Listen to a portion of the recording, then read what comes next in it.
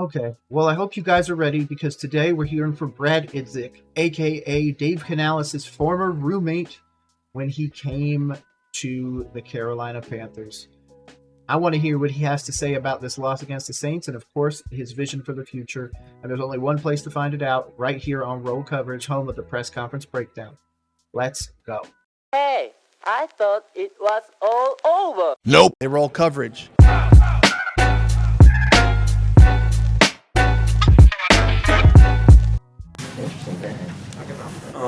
Brad, when you looked at the tape, how much did execution differ from the way you guys drew up plays? It was a combination of things. It was execution from both players and coaches alike. So you go throughout the week and you try to make it as clear as possible so they can go out and play fast. And there were some lapses on our end, and then there were some places for improvement for them. And we love taking Monday and taking a good, hard, honest look. We call it Tell the Truth Monday, every Monday, whether it's win or loss, and taking that tape and growing from it, taking that day off to let it soak in, and then moving on and applying it to the next week. That's interesting because obviously he's being groomed to one day be the play caller, and right now he's not the play caller.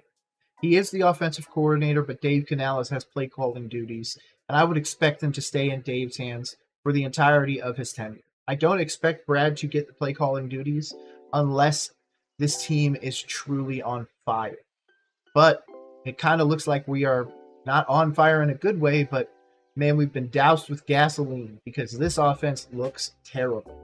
I'm hoping that we can get it fixed. I'm hoping some of those things that he's talking about that he and the offensive coaching staff had is able to be corrected in a week. And I'm hoping that the team is able to continue to play fast. Now, obviously, that fast was getting out to a fast, massive deficit. So I'm hoping we can go fast in maybe the other direction.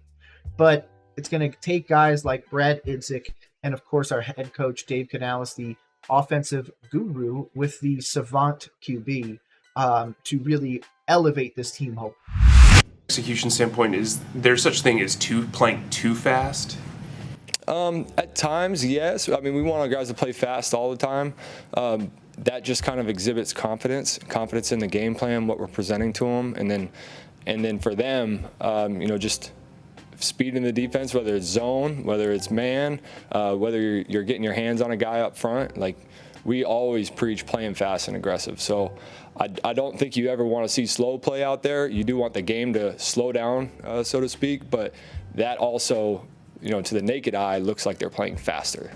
Understanding that you can't get involved and talk about schematics, how important is it for you all to get Deontay more involved in the pass game, and then how do you do that? Yeah, it's really important for us. You want to get all your best players touches early, so that's always our goal, and we're never going to stray away from that. And for us, it's just finding a variety of ways to get him the ball. He's a dynamic player, so you don't have to get pigeonholed and just leave him in one spot and assuming the ball is going to go his way. We just find different ways to get that done. So does that mean that you're going to try and get Deontay Johnson started with QB screens, shovel passes, and just shots behind the line? Because that's what we saw last year, and we sucked. So I'm sorry, maybe we need to pigeonhole him a little bit more, but dude needs to go 10 yards or more outside of the line of scrimmage instead of the just terrible play calling that we saw last year. Or to be honest, terrible play calling we saw in this first game and first loss against the Saints. What was most, I hate to use the word alarming, but alarming about what you saw from Bryce on the opening day? Nothing alarming. I still take it on my shoulders too, as being the coordinator, of just making sure everyone's prepared to play fast, like we're talking about. As a group, I think we all had things that we want to do better, and we did a great job on Monday being honest and open about that. Starting with me, starting with Dave, starting with all the coaches, and then we're just applying it to week 2, and we're off and running. So it's a growing process, and the best part of the best way to grow is to have those full speed reps in a game, and then to be able to be honest about it afterwards and watching the tape. Yeah, but honesty doesn't get us anywhere if you're not holding those people accountable. I think that's the big thing that the fans aren't understanding. They're like, oh man, the team has really taken it on themselves, and Bryce feels really bad. He almost looked like he was going to cry in one of the press conferences. And then the coaches come out here and say, man, we need to improve. We need to do this. And man, sometimes you just got to say, dude messed it up. That's okay. And you're not throwing him under the bus. You're saying, hey, man, he needs to be held accountable. He is. This is what we're doing to fix it, and I hope to see it get improved next season, or not next season, but next week. I need dogs, man, and dogs that you guys are looking for, the aggressive dog isn't sitting there going, oh, man, I accept that this is on me, and I'm going to do better. No, they lash out. They want to do better. They want to get in somebody's face. That is a dog, okay? I wanted real dogs, not golden doodles. Not golden doodles. Did Dave react and respond to that loss, which was, pretty public, I would think? Yeah, absolutely. Dave's the same guy every day. Like you guys see the optimist in Dave, the players see the same thing. That's just who he is, and that's the refreshing part about Dave, and that's what helps him push through tougher weeks, tougher stretches, whatever it is. Like, he's gone through those before, whether it's Seattle, whether it was last year, we had a tough stretch as well. So Dave's the same guy every day, and I think that's what starts to catch on with players when they see the same guy after a big loss as they might see the same guys after a big win. Then they're like, okay, this guy's legit, and this guy just has genuine passion and energy for this team and their success. Again, I don't understand how you're saying, oh, he's the same, measured, he's super calm, it doesn't really matter if we win or we lose. I don't understand how that translates in a way that you think fans are going to be like, oh, that's what I really want. Didn't we watch a documentary during a global pandemic where a basketball player got mad about basically everything? What about every other motivational thing we've ever seen? Tom Brady would take stupid little things and use that as bulletin board material. Patrick Mahomes, he'll take a Kermit the Frog thing and use that as motivation. Yet, this is what we're dealing with. Man, maybe I'm off base with this. If I am, tell me in the comments below. But man, I don't know. It seems like we are just way too soft to be an NFL team. How often, like during maybe college football season or the preseason, do you and Dave see a play maybe that another team is using and you go, oh, we should add this wrinkle to our offense or something like that when you're self-scouting as well? Yeah, that's a huge piece. So that's kind of an auxiliary piece of when you're watching tape, right? You're watching the other team and seeing how the schemes that we already have fit in. But then also, a little R&D always on the side to see, does this fit what we're trying to accomplish? Does this attack a similar kind of hole in the defense? That's always going to be, a piece of our game plan process. And then we also have, each coach on the coaching staff, at least on the offensive side, has a little sliver of R&D in their weekly process too. So we really rely on those guys to take that little sliver of the game plan that they have ownership of, and then really go, above and beyond what the tape is of just, the team we're playing. Brad, what'd you make of Xavier Legette's debut? What's that one? What'd you make of Xavier Legette's debut last week? Yeah, I thought he played fast. Right? There's always going to be technique things to clean up, and he's owning those too.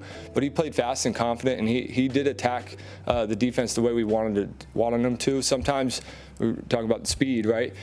Sometimes it slows down, like physically, for guys in their debut. I didn't think that was the case with Xavier. He was aggressive, and then we'll just clean up some of those technique things. I think you're going to see him ascend. Brad, what are some of the challenges that Mac and Bosa present, like individually and as a duo? Yeah, I mean, it's well documented too. A really good group of edge rushers there with a lot of experience. Twitchy, right? They can go speed to power on you. Our guys are well aware of it. It's again, we've soak up all the tape and find ways to help those guys out, but then also how to change up the rhythm of the pass game is a big thing. So you're not just always, sitting back and you have good, quick answers to get the ball out, to get them to pursue on the perimeter as well. I think that's a big piece, whether it's the run game or the perimeter pass game. Get those guys to pursue laterally so they're not always just pinning their ears back going upfield. You expect a lot of, again, screen passes, maybe halfback draws or anything like that in this game, because I feel like we're not going to get a lot of shots downfield because we are going to have to force them to go laterally to slow them down.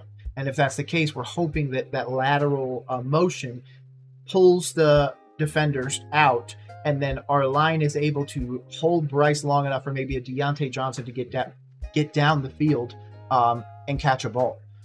But if that's the case, we're not going to be able to bet on that. That's going to be a 50-50 ball at best. So I don't know if that's really a winning formula, but I do absolutely, after hearing this from, again, our non-play calling offensive coordinator, Brad Idzik, I expect a lot of balls to be thrown within the 5-yard line and back for this game. I'm going to say the majority. I'm going to mark it right here. The majority of the passes in the Chargers-Panthers games that Bryce throws will be from the 5-yard line and behind.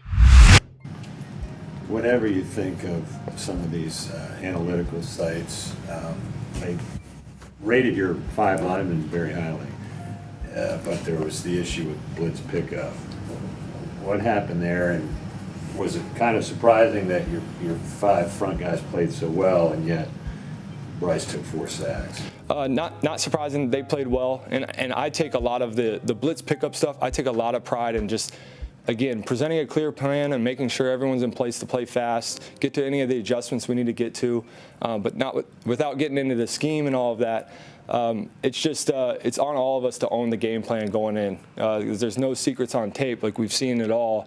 We just have to own all those looks. When you saw, It could also be the fact that we don't have a blocking tight end or a truly good blocking fullback or running back to assist with that. And to be honest, there was 1 or 2 of them that literally just went straight and grabbed Bryce. So didn't even get picked up. the exotic pressures the Saints had, in hindsight, did you kind of think about how you would maybe change your hot responsibilities and stuff like that? Yeah, we had them. There's going to be a couple times where you got to go, downfield a little bit. So we kind of know you got to compartmentalize. Hey, this is a shot where we might have to hold on to it and try to, get the ball downfield. But we're always building in quick answers to change the rhythm of the pass game, and I think that's going to become apparent here as we go forth, just being really clear what those are. We know you guys said you wanted to be committed to the run. I think Chuba and Miles had maybe 11 attempts between the 2 of them. How do you, I guess, enforce that or kind of stay committed to that throughout the game? Yeah, it's difficult when the game goes the way it does early. But that being said, we just got to stick with it. We stick with it in practice. We script so many of them that we want to get this thing off the ground. Our O-line, we got powerful guys up front that have done a phenomenal job of pushing the pile. So for during a game, just staying in their ear about, hey, you guys, we're coming right back to you. Get this thing going. The run game is the heart and soul of our team. It's our connection to the defense playing physical, fast football. So as long as we're moving guys up front, we're keeping the clock moving, keeping the chains moving, staying ahead on 3rd down so we're not in 3rd and long. Like, that's all tied in together, and that's what we want to be. That's what we can be with the guys that we have. We have great runners, and we have great, powerful guys up front. So we look forward to that being a huge piece of our identity. Yeah, but unfortunately, you don't have that identity. You want it to be, but it's not going to be a part of their identity of this team this year. I know that sucks to say, but right now, we are just going to get destroyed. Again, that interior 3 is great. It's the tackles that are the big liabilities. Of course, left tackle being the big one. And yeah, I would love for us to be able to establish the run. But again, I also have a theory that maybe Dave Canales doesn't trust Miles Sanders, and Chuba is in a contract year. So it's kind of an interesting thing of, hey, man, unless we can get out ahead, this is a team that cannot come from behind. That's what that, hey, man, it's the focus of our everything. If that's the case and we can't establish a run early, we're going to lose. Bryce talked about being able to play freely in this system. Just how much freedom, if you can quantify, does he have at the line of scrimmage? Oh, he's got a lot. I mean, there's going to be times where we build it in. There's going to be times where we give him a nice, simple package, and that's where of answers, right? So that's where I take a lot of pride in our staff presenting a nice, clear list, right? A nice, concise, clear list. This is the look. We want to get to this. This is our reaction to what they're presenting to us, and making sure that that's nice, clear, and concise, not only for him, but for the other guys. So you can't have all the answers available to you, at every snap. That slows the game down, slows the pre-snap process, lets the defense kind of Hollywood on you, but then also the guys up front, we want them to know what to expect and then take a lot of pride in, hey, these are our clear answers, we're ready to roll.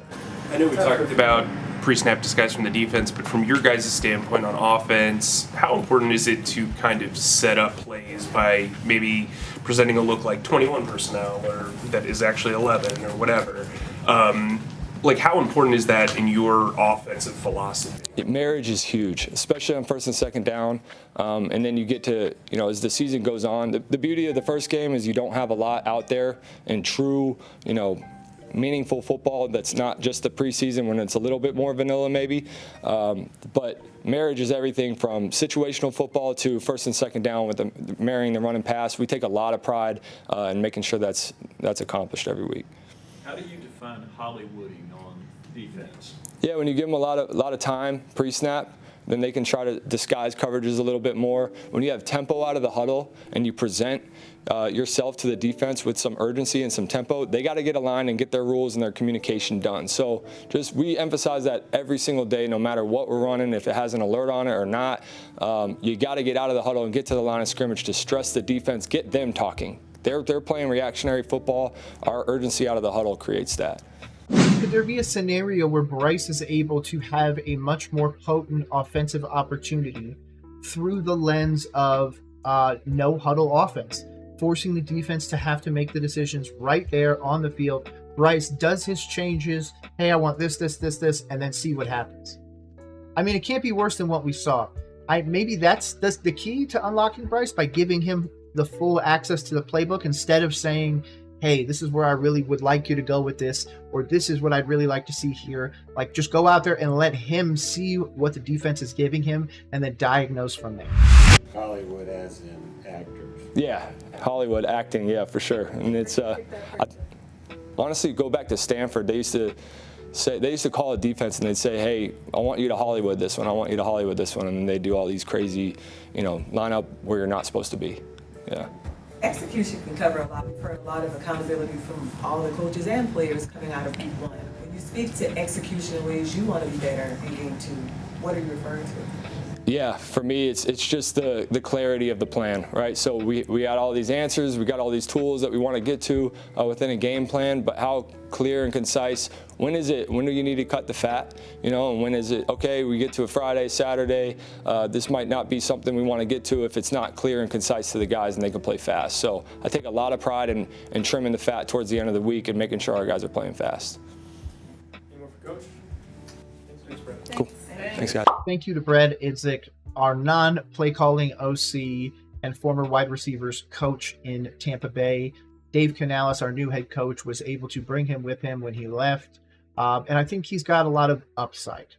Now, I think that upside is because he is currently working so closely with Dave Canales. Like I said at the beginning of this, he literally spent time sleeping on Dave Canales' couch.